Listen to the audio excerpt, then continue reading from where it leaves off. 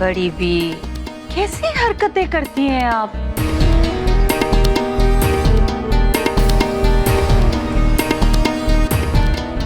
देखिए ना कितनी चोट लग गई। क्या दादी, ये क्या हो गया? दादी ये कैसे हो गया? अरे लॉन में फिसल गई और क्या। वो तो अल्लाह के फजल से मैं थी तो कोई बड़ा हादसा होने से बच गया। दादी आप लॉन में कैसे फिसल गई? आप फिसली या? क्या मतलब है तुम्हारा? अरे जब कह रही हूँ कि लॉन में फिसल गई तब भी तुम्हें शक है? मैं अपनी दादी से पूछ रहा हूँ, आपसे नहीं। वाह माशाल्लाह, क्या तहजीब है, क्या अदब है, क्या तेवर हैं। किसी ने बिल्कुल ठीक कहा है कि नेकी कर और दरिया में डाल।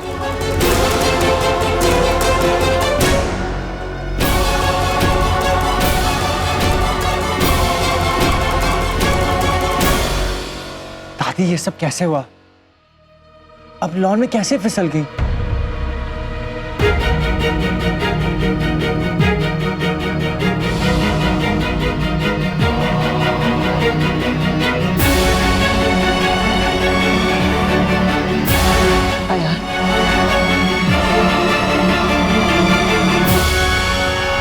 हम बहुत थक गए, आराम करना चाहते हैं। तुम जाओ बेटा। मैंने आपको आपके अब्बू से मिलने के लिए कुछ क्लूज दिए। आपको मुझे कुछ नहीं देना।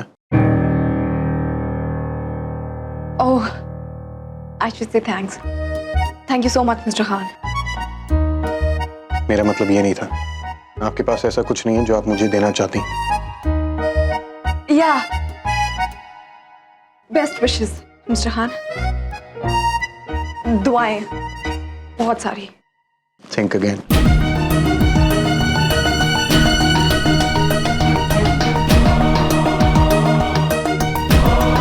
और कुछ नहीं है मिस्टर खान।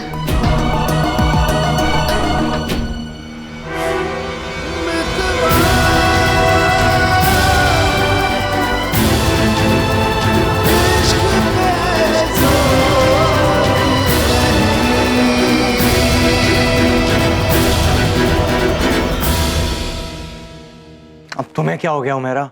अयन प्लीज, अब इतनी भी भोली मत बनिए जैसे आपको कुछ पता ही नहीं है कि आपने क्या किया। आपको क्या जरूरत थी मेरी अम्मी से ऐसी बदतमीजी से बात करने की? आपकी अम्मी को क्या जरूरत है इतने ताने मारने की?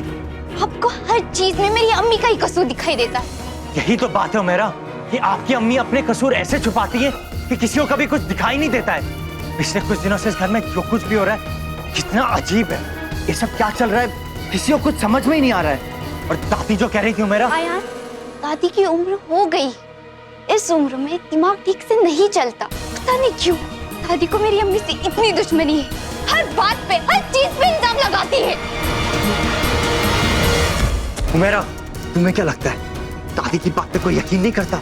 मैं करता हूँ उमेरा, और मैं जानता हूँ इस मामले में जो कुछ भी हो रहा है ना कुछ तो ऐसा जो हमसे छुपा हुआ है। और इस बारे में दादी को कुछ तो पता है। मैं कुछ समझी नहीं मिस्टर खान। मैं समझाता हूँ। कोर्ट से मेरे लिए कुछ पेपर्स आए थे जिस पे आपने साइन किया था क्योंकि उनकी रिसीट्स पे आपका नाम है। मैं जानना चाहता हूँ वो पेपर्स आपने मुझे क्यों नहीं दिए? आपने झूठ क्यों बोला मुझसे? मेरी दादी कभी झूठ नहीं बोलती और ना ही वो पागल है। शायद वो जो आपकी अम्मी के बारे में कह रही है वो सच है। लगता है आप अपनी अम्मी की हरकतों के बारे में भूल गई हैं। भूल के उन्होंने मेरे ऊपर कितना बड़ा इल्जाम लगाया था। हो सकता है शायद वो मेरे अब्बू के खिलाफ भी कोई साजिश कर रही है।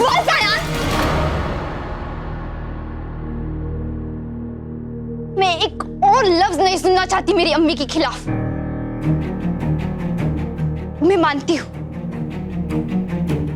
मेरी अम्मी मुंहफट है, ज्यादा गुस्से वाली है, पर वो दिल की बुरी नहीं है।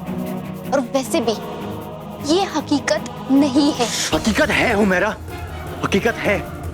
हमेशा से मैं भी यही सोचता था कि कुछ ना कुछ तो ऐसा है उमेरा जिसकी वजह से मेरे अब्बू आपकी अम्मी के सामने सर झुकाए खड़े रहते थे। आपकी अम्मी एक गिरी हुई और एक घटिया औरत है।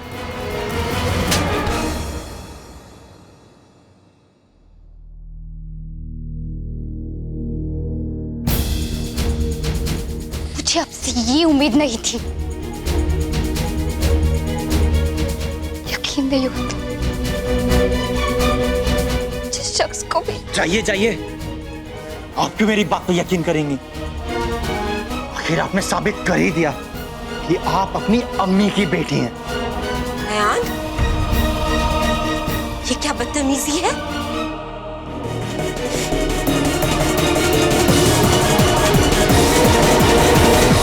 आपको क्या लगता है कि मैं कोर्ट में जाके मिस्टर राशिद अहमद खान के खिलाफ गवाही नहीं दूंगा? मैंने आपसे कहा था ना, ये मेरे फैमिली मैटर्स हैं, इसमें इंटरफियर मत कीजिए। किस हक से आपने मेरे फैमिली मैटर्स में इंटरफियर किया? जोया को इस मामले में दखल अंदाजी करने का हक हो या ना हो, मुझे जरूर है।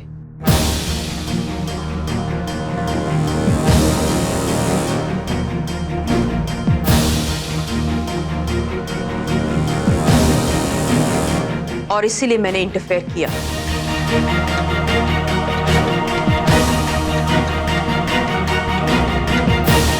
जोया की कोई गलती नहीं है। वो बेचारी तो साइन करके कागजात तुम्हारे कमरे में रखने जा रही थी, लेकिन मैंने ही उससे मना किया।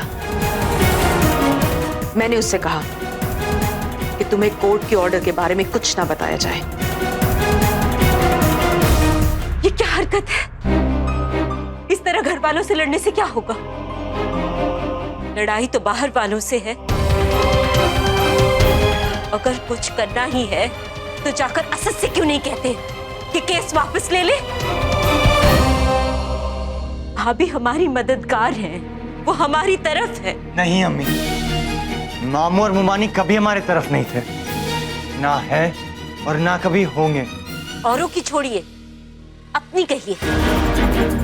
आप खुद क्या कर रहे हैं अपनी अब्बू की मदद करने के लिए? आपने मुझसे वादा किया था कि आप अपने अब्बू को छुड़ाएंगे। उस वादे का क्या हुआ? मैं हर वो मुमकिन कोशिश करूंगी जिससे राशिद बच जाए। और आपने खुद ही डिसाइड कर लिया कि मुझसे ये सब बातें छुपाई जाए, कोर्ट की डेट छुपाई जाए। मुझे आपसे ये उम्मीद नहीं थी अम्मी। आपने जो किया वो गलत है। मैं जानती हूं कि मैंने गलत रास्ता इख्तियार किया है, लेकिन अगर गलत रास्ते से सही मंजिल की ओर जाया जा सके तो इसमें कोई गुनाह नहीं है। राशिद की हियरिंग में सिर्फ 2 दिन बाकी हैं और अभी तक उस गुड़िया का कोई पता नहीं है। ऐसे में सिर्फ एक ही सूरत में राशिद बच सकते हैं, और वो तब अगर तुम उनके खिलाफ गवाही ना दो तो। लेकिन अम्मी, सारे सबूत, सारे हालात अब्बू के खिलाफ है। असद भाईजान को भी यही लगता है कि अब्बू गुनहगार है अम्मी। और आप अपने असद भाईजान और अपने अब्बू के बीच में किसे चुनेंगे अयान?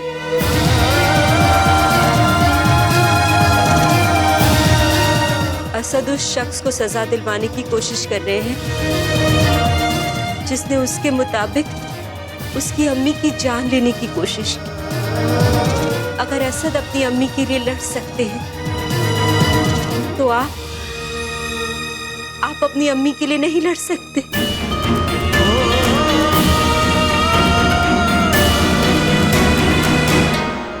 मैं अब्बू को छुड़ाऊंगा। मैं उनके खिलाफ गवाही जरूर दूंगा। अगर तुम जिद्दी हो तो मैं भी तुम्हारी माँ हूं। मैं भी देखती हूँ कि तुम राशिद के खिलाफ गवाही कैसे देते हो। मैं जमीन आसमान एक कर दूंगी, लेकिन तुम्हें गवाही नहीं देने दूंगी। मैं उन्हें बेगुनाह साबित करके रहूंगी।